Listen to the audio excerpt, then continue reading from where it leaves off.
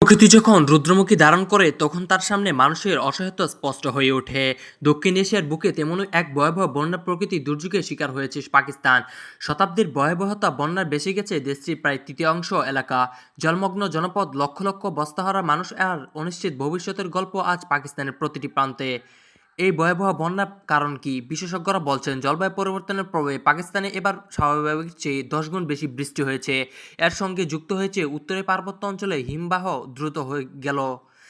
এই দুয়ের মিলিত প্রভাবে প্রধান নদীগুলোতে পানির স্তর মারাত্মকভাবে বেড়ে যায়, যা বাঁধ ভেঙে দিয়ে বা উপরে পড়ে ভয়াবহ বন্যার সৃষ্টি করে। সিন্ধু, বেলুচিস্তান, পাঞ্জাব, খাইবার পাখতুনখোয়ায় ক্ষতিগ্রস্ত মানবিক বিপর্যয়।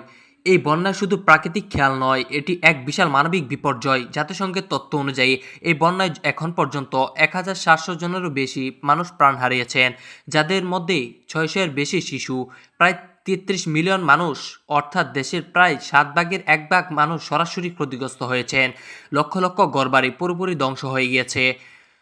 শুধু বাসস্থান নয়, বন্যার ভেসে গেছে ফসলের ক্ষেত, গবাদি পশু আর জীবিকার সব পথ।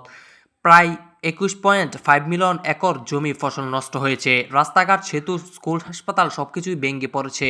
দেশে অর্থনীতি এর প্রভাব সুদূর প্রসারী।